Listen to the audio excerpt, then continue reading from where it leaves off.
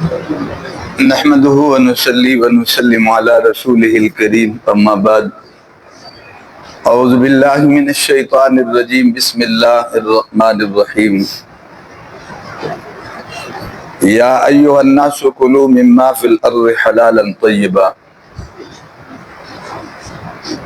قال رسول اللہ صلی اللہ علیہ وسلم ان اللہ طیب لا يقبل الا طیبا او کما قال رسول اللہ صلی اللہ علیہ وسلم۔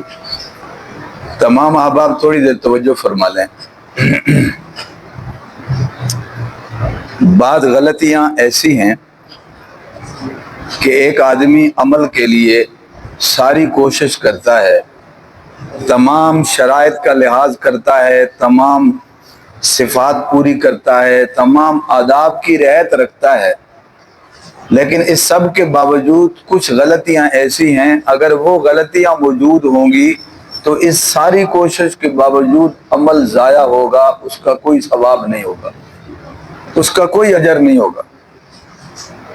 بعض غلطیاں ایسی ہیں، بعض کوتاہیاں ایسی ہیں، بعض جرم ایسے ہیں کہ ایک عمل کو تمام آداب و صفات کے ساتھ ادا کر بھی لیا جائے، وہ غلطی اگر موجود ہو تو اس کے ہوتے ہوئے اس محنت اور مشقت کا کوئی فائدہ نہیں، سب عمل ضائع ہو جائے گا۔ وہ کوتاہی کیا ہے؟ وہ کوتاہی ہے مال پاک نہ ہونا یا ذریعہ آمدن حرام کا ہونا، ناجائز ذریعہ ہونا۔ یہ تو بعد کے مرحلے کی چیزیں ہیں نا، کہ اس کام کو، اس عمل کو، اس صدقے کو، اس خیرات کو ادا کیسے کیا جا رہا ہے، یہ تو بعد کی باتیں ہیں۔ پہلے تو یہ دیکھا جائے گا کہ مال پاکیزہ ہے یا نہیں ہے۔ اگر اس مال میں حقداروں کا حق شامل ہو، اس مال میں غریب یتیم کا حق موجود ہو، یا اس سے زکوٰۃ ادا نہ کی گئی ہو، یا اسی طرح وہ چوری کا، غبن کا، غصب کا، سود کا، ناجائز کا ذریعہ سے ہو، تو اس سے صدقہ خیرات قبول نہیں ہوتا۔ اس لیے رسول اللہ صلی اللہ علیہ وسلم کی حدیث مبارکہ میں نے پڑھی، آپ صلی اللہ علیہ وسلم نے فرمایا ان اللہ طیب لا يقبل الا طیبا، اللہ خود پاک ہے اور اللہ صدقہ خیرات اور عمل بھی پاک ہی قبول کرتا ہے، ملاوٹ والا، مکسنگ والا اور اسی طرح حلال و حرام والا اللہ صدقہ خیرات بھی قبول نہیں فرماتے۔ یہ اتنی بنیادی شرط ہے کہ اگر کسی آدمی کا مال حرام کا ہے، وہ حج بھی کرے، حج قبول نہیں ہے۔ اگر مال حرام کا ہے، قربانی کرے، قربانی قبول نہیں ہے۔ اگر مال حرام کا ہے، صدقہ خیرات کرے، وہ قبول نہیں ہے۔ اگر مال حرام کا ہے، یاد رکھنا اس کی عبادت قبول نہیں ہے، اس کی دعا قبول نہیں ہے۔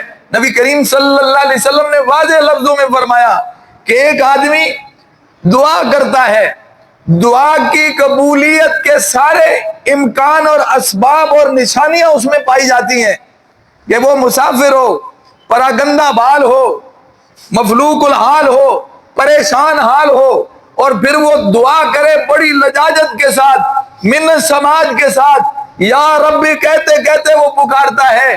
جو آدمی ایسا کرتا ہے، یقیناً ایسے آدمی کی دعا قبول ہو جاتی ہے کہ جو اتنی توجہ سے دعا مانگے، اتنا پریشان حال ہو، اتنا مجبور ہو، اللہ کو پکارے، اللہ یقیناً اس پہ ترس کھاتے ہیں، اس کی دعا قبول کرتے ہیں۔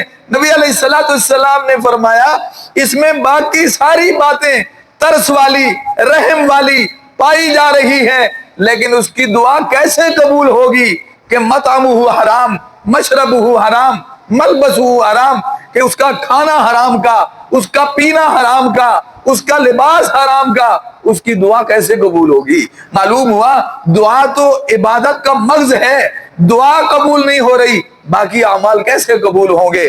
اگر کوئی آدمی اس جرم کے ہوتے ہوئے عمل کرتا ہے، دنیاوی فائدے اسے حاصل ہو جائیں گے، لوگوں کی نظر میں وہ عمل کرنے والوں میں شامل ہو جائے گا، اللہ کے ہاں اس کا اجر و ثواب نہیں ہوگا۔ جیسے ایک آدمی قربانی کرتا ہے، جانور ذبح کرتا ہے، پیٹ بھر جائے گا، بھوک مٹ جائے گی، لینا دینا کر لے گا، لوگوں میں اس کا شمار ہو جائے گا کہ قربانی کی اس نے، لیکن اللہ کے ہاں اجر و ثواب تب تک نہیں ہوگا جب تک کہ مال کیا ہے؟ پاکیزہ نہ ہو۔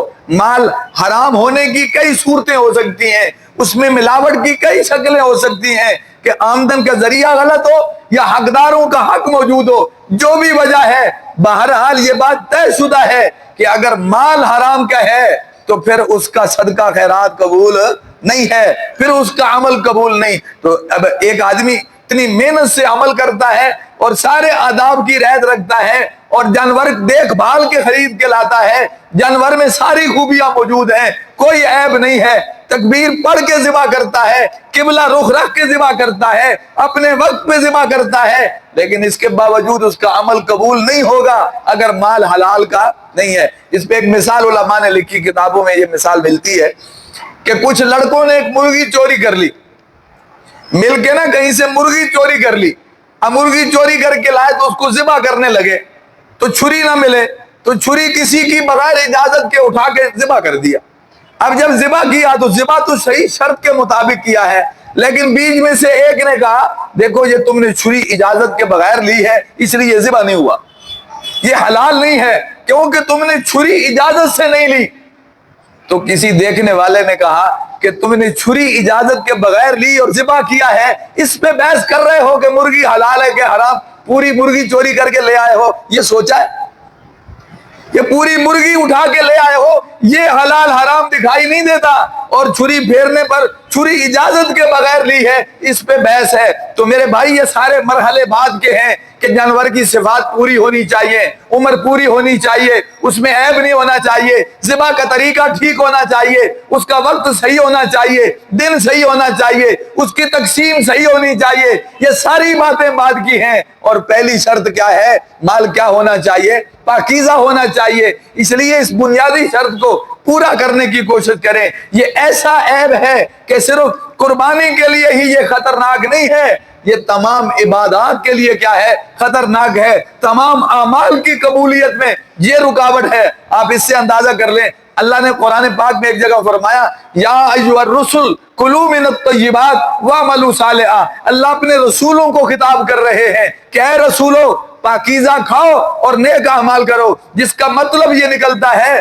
کہ اگر نیک اعمال کرنا چاہتے ہو تو اپنی خوراک ٹھیک کر لو، اگر نیک اعمال چاہتے ہو تو اپنا پیٹ صاف کر لو، اپنا مال متاع پاکیزہ کر لو، ورنہ یہ نہیں ہو سکتا کہ آدمی حرام کھائے اور نیک اعمال نکلیں، پھر زیادہ دیر تک یہ صورتحال اول تو چل نہیں سکتی، اور اگر کوئی کرے گا بھی صحیح تو اللہ کے ہاں وہ قابل قبول نہیں ہوگا۔ حضرت سعد رضی اللہ تعالی عنہ نے جب نبی کریم صلی اللہ علیہ وسلم کو یہ دیکھا نا کہ آپ فرما رہے ہیں کہ اگر حرام مال ہو، اگر کوئی آدمی کی آمدن میں کوئی مکسنگ ہو تو اس کا عمل قبول نہیں ہوتا، تو پاکیزہ کھانے کی تعلیم دی جا رہی ہے، تو حضرت سعد رضی اللہ تعالی عنہ نے نبی کریم صلی اللہ علیہ وسلم سے درخواست کی، اللہ کے نبی میرے حق میں دعا فرما دیں کہ اللہ مجھے مستجاب الدعوات بنا دے، یعنی میری دعائیں قبول ہو جایا کریں۔ مستجاب الدعوات کا مطلب ہے کچھ لوگ ایسے ہوتے ہیں کہ وہ دعا کرتے ہیں،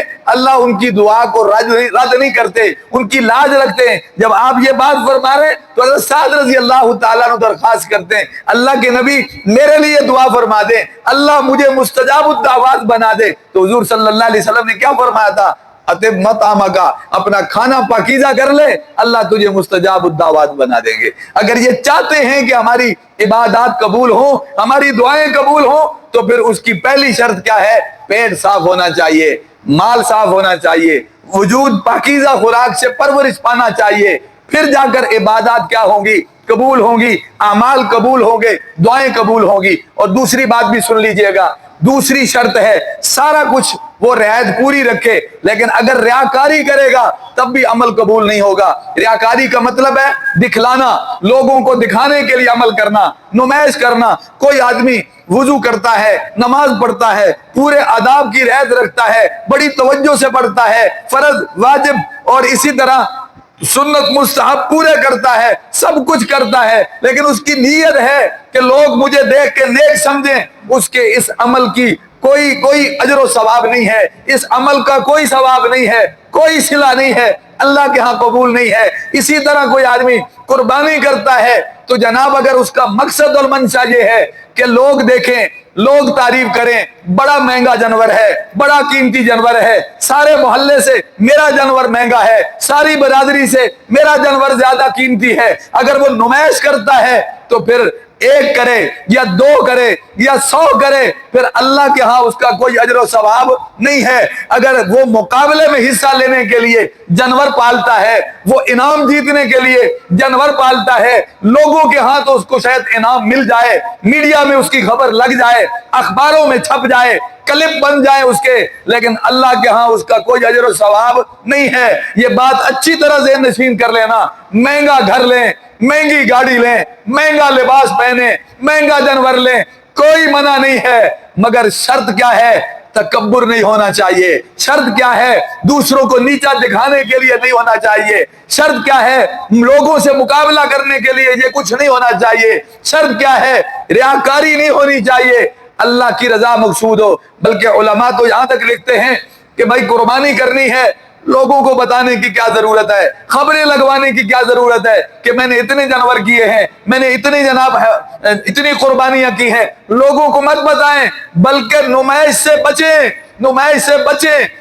اگر گوشت بھی تقسیم کرنا ہے نا تو اس میں بھی نمائش نہ کریں کہ لوگ دروازوں پہ دھکے کھاتے رہیں، لائن لگی رہے۔ اور اللہ ہمیں دیتا کتنی عزت سے دیتا ہے، اللہ ہمیں دیتا کتنے احترام سے دیتا ہے، گھر بٹھا کے کھلا رہا ہے، دے رہا ہے، اور ہمیں ہاتھ پھیلانا نہیں پڑتا۔ تو جناب ہمارے بس میں اگر کچھ ہے تو ہمیں بھی ویسا کرنا چاہیے کہ دوسرے کو بھکاری نہ بنائیں، سوالی نہ بنائیں، ذلیل نہ کریں، اس کی ذلت و رسوائی نہ ہو۔ کوشش کریں کہ ایک تو نمائش نہ کریں، اور دوسرا تقسیم کرنا ہے تو ضرورت مند کے گھر تک چیز کیا کر دیں، پہنچا دیں۔ عمر بن خطاب رضی اللہ تعالی عنہ نے ایک دفعہ کوئی مال آیا تو آپ نے اعلان کیا کوئی حاجت مند ہے تو کھڑا ہو جائے، کوئی نہیں کھڑا ہوا۔ دوسری دفعہ پھر، تیسری دفعہ پھر، تو ایک آدمی کھڑا ہوا، اس نے کہا امیر المؤمنین آپ بھرے مجمع میں ہمیں سوالی بنا کے رسوا کرنا چاہتے ہیں۔ تو حضرت عمر رضی اللہ تعالیٰ عنہ کی آنکھوں میں آنسو آ گئے، فرمایا بیٹھ جاؤ، میں تیری بات سمجھ گیا ہوں، اب تمہیں مجمع میں کھڑا کر کے نہیں پوچھوں گا تمہاری ضرورت کیا ہے، تمہارے گھروں پہ دستک دے کے تمہاری ضرورت پوچھیں گے، اور تمہاری ضرورت کی چیز تمہارے گھر تک پہنچے گی۔ اس لیے خدا را اپنے عمل کو بھی محفوظ کریں، اپنے آپ کو بھی بچائیں، اور لوگوں کی عزتیں بھی بچائیں، اور ان کی احترام کا اور مقام و مرتبے کا بھی کیا جائے، لحاظ رکھا جائے۔ تو اس لیے اگر نمبر 1 مال حرام ہو تب بھی عمل کیا ہو جائے گا؟ ضائع ہو جائے گا، اور اگر ریاکاری اور دکھلاوا ہوا تب بھی عمل کیا ہو جائے گا؟ ضائع ہو جائے گا۔ تو سارا کچھ پورا ہو، ساری شرائط اور آداب و صفات پوری ہو، اگر یہ 2 خرابیاں ہوئیں عمل پھر بھی قبول نہیں ہوگا۔ اللہ سے دعا ہے اللہ پاکیزہ مال نصیب فرمائے اور صحیح اللہ نیت نصیب فرمائے۔ وآخر دعوانا ان الحمدللہ رب العالمین۔ اللہم صلی علی سیدنا ربنا آتنا فی الدنیا حسنہ وفی الآخرۃ حسنہ۔ الہ العالمین ہم سب کے صغیرہ کبیرہ گناہوں کو معاف فرما۔ یا اللہ ہم سب کو نیک اور ایک بنا۔ میرے مولا ہم سب کا بیٹھنا سننا سنانا قبول فرما، قرآن و سنت کی سمجھ نصیب فرما، عمل کی توفیق عطا فرما۔ الہ العالمین ہم سب کا بیٹھنا سننا سنانا قبول فرما، ان باتوں کی سمجھ نصیب فرما۔ یا اللہ پورے دین پہ چلنا ہم سب کے لیے آسان بنا، تمام عبادات کو آداب کے ساتھ، شرائط کے ساتھ، صفات کے ساتھ اللہ ادا کرنے کی توفیق نصیب فرما۔ الہ العالمین جتنے کام عبادات کی قبولیت میں رکاوٹ ہیں میرے مولا ان سے بچنے کی توفیق نصیب فرما۔ یا اللہ ہم سب کا خاتمہ ایمان پر فرمانا۔ ربنا تقبل منا انک انت السمیع العلیم وتب علینا انک انت التواب الرحیم۔ صلی اللہ تعالی علی خیر خلقہ محمد وعلی آلہ وصحبہ اجمعین۔